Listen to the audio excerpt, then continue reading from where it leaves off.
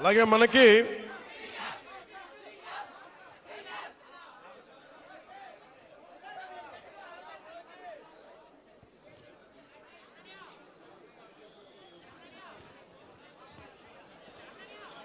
ముఖ్యమంత్రి గారికి ఒకటే చెప్పాను, దాదాపు 4000 గిరిజన తాండాలకి రోడ్లు కావాలి. పంచాయతీలు క్రమంగా చూసుకుంటే 400 పంచాయతీలే, కానీ గ్రామాలను మట్టుకు దాదాపు 4000 తాండాలు ఉన్నాయి. 20 మంది నివసించేవి, 40 మంది నివసించేవి. ప్రతి ఒక్కరికి రోడ్డు వేయడానికి కష్టసాధ్యం కనుక ముందు మనం 3 విడతల చొప్పున అనుకున్నాం.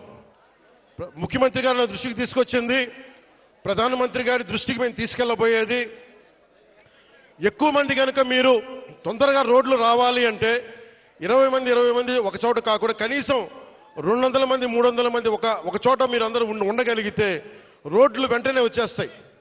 కాబట్టి సమస్య ఏమవుతుందంటే జనాభా తక్కువ అవడం వల్ల డబ్బులు కేంద్ర ప్రభుత్వం నుంచి వచ్చేయి మనం అన్ని మిగిల్చుకొని ఈరోజు చేస్తున్నాం. ఈ రోజున మనం నరేగా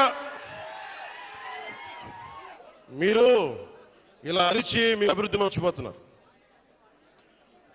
మీరు అరిచి సినిమాలు సరదా, నిజంగా మనస్ఫూర్తి చెప్తున్నా, మీకు సినిమాలకి రావాలన్న రోడ్లు ఉండాలి కదా.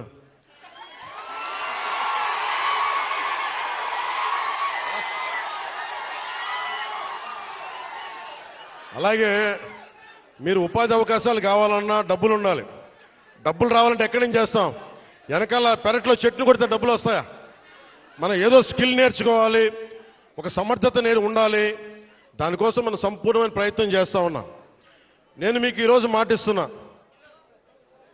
నేను 2017లో చెప్పినప్పుడు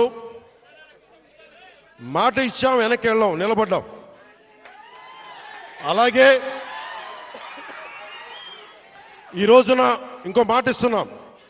గౌరవ ముఖ్యమంత్రి నారా చంద్రబాబు నాయుడు గారి తరపు నుంచి కానీ, కూటమి ప్రభుత్వం తరపు నుంచి కానీ, మన మంత్రివర్గ సహచరులు కానీ, ఎమ్మెల్యేల తరపు నుంచి నేను ఒకటే మాటిస్తున్నా, ఇక్కడికి ఈరోజు వచ్చి రోడ్ల కోసమే రాలేదు నేను. మీ కష్టాలు తెలియాలి, మీ బాధలు తెలియాలి. నేనున్నా ఈ రోజున. అలాగే యువతకి ఉపాధి అవకాశాలు కల్పించాలంటే మీకు ఎలాంటి స్కిల్ మీకు కావాలి, ఇది నేను ఒక 5 సంవత్సరాలు చెప్పట్లా, వచ్చే సంవత్సరం లోపే మీకు ఏమి చేస్తే ఇక్కడ బాగుంటుందో అనేది నేను 3 పర్యాయాలు